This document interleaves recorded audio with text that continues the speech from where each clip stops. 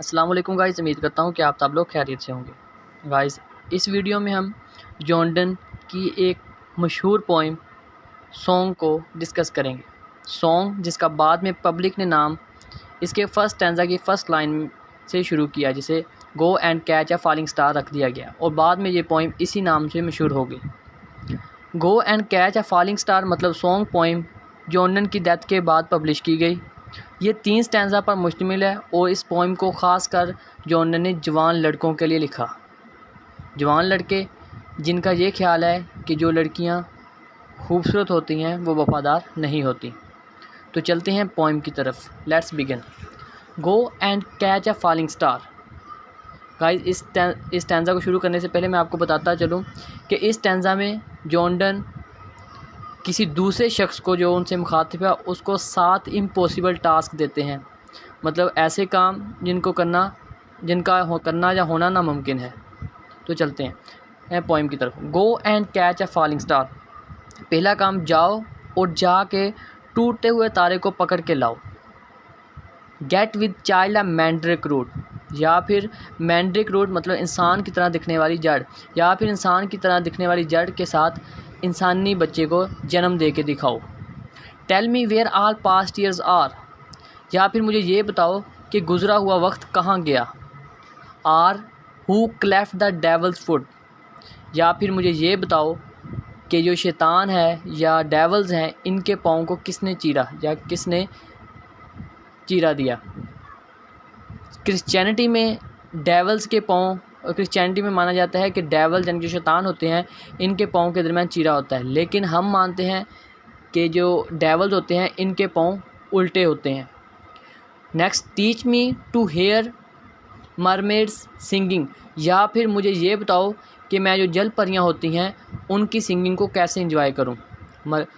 Mermaids ये तो एक मिथ है, मतलब इनके वजूद का कोई इल्म नहीं है, ये एक मिथ है और नामुमकिन सी बात है कि उनके गानों को सुना जाए। Or to keep off envy's stinging, या फिर मुझे ये बताओ कि ईर्ष्या से कैसे बचा जाए। एंड फाइंड, या फिर तलाश करो व्हाट विंड, एक ऐसा मोड़ serves to advance and honest mind, ऐसा मोड़ तलाश करो कि जिस पर चल पर एक आदमी जो बिल्कुल ईमानदार हो वो कामयाब हो सके। और ऐसा तो नामुमकिन है कि एक बंदा बहुत ज़्यादा ईमानदार हो और वो कुछ ही वक्त में अच्छी पोस्ट पे पहुंच जाए। If thou be, second stanza, if thou be born to strange sights, अगर तुम इसलिए पैदा हुए हो कि अजीबो गरीब चीज़ें देखो।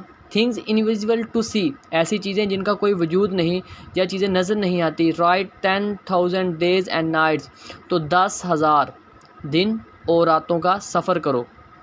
10,000 मतलब अराउंड अबाउट 27 साल का अरसा बनता है।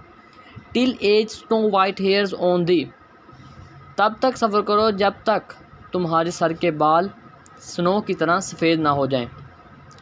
तो व्हेन थो रिटर्न विल टेल मी, और जब तुम पूरा सफ़र कर लो और वापस आओ तो मुझे बताओ कि तुमने क्या देखा। आल स्ट्रेंज वंडर्स दैट बिफेल दी, वो तमाम अजीबोगरीब चीज़ें जो तुमने देखी। एंड स्वेयर, और मैं कसम खाता हूँ, नो वेयर कि कहीं भी, lives a woman true and fair कि कहीं भी, और मैं कसम खाता हूँ कि कहीं भी तुम्हें कोई ऐसी लड़की या औरत नज़र नहीं आई होगी, नहीं मिली होगी जो वफ़ादार भी हो और ख़ूबसूरत भी हो, या सच्ची भी हो और वफ़ादार भी हो।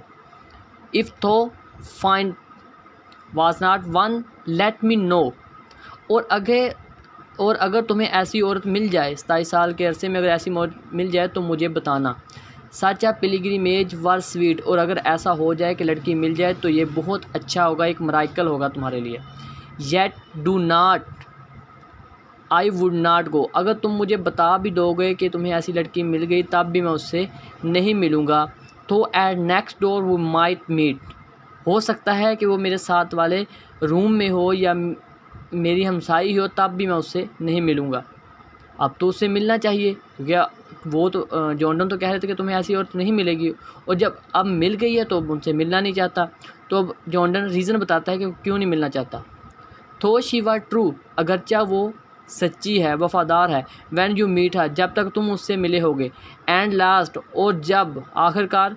Till you write your letter, जब तक तुम अपना लेटर मुझे लिखोगे। येट शी विल बी, तब तक, जब तक मैं वहाँ पहुँचूँगा। फॉल्स r i come to r 3, मतलब जब तक तुम अपना लेटर मुझे लिखोगे या और मैं पहुंचूंगा वो बेवफा हो चुकी होगी, और हो सकता है कि तब तक उसके 2 या 3 फ्रेंड बन चुके हों। तो ये पोइम थी गाइस। उम्मीद करता हूँ कि आपको इसकी बारे में पता चल गया होगा। तो गाइस इस पोइम को जॉन डन ने स्पेशल जवान लड़कों के लिए ख़ास कर समझ लें कि जो फेसबुक पर स्टेटस डालते हैं कि जो लड़कियाँ खूबसूरत होती हैं वो वफ़ादार नहीं होती, उनके लिए लिखा है। उम्मीद करता हूँ आपको ये वीडियो पसंद आई होगी। टेक केयर, अल्लाह हाफिज़।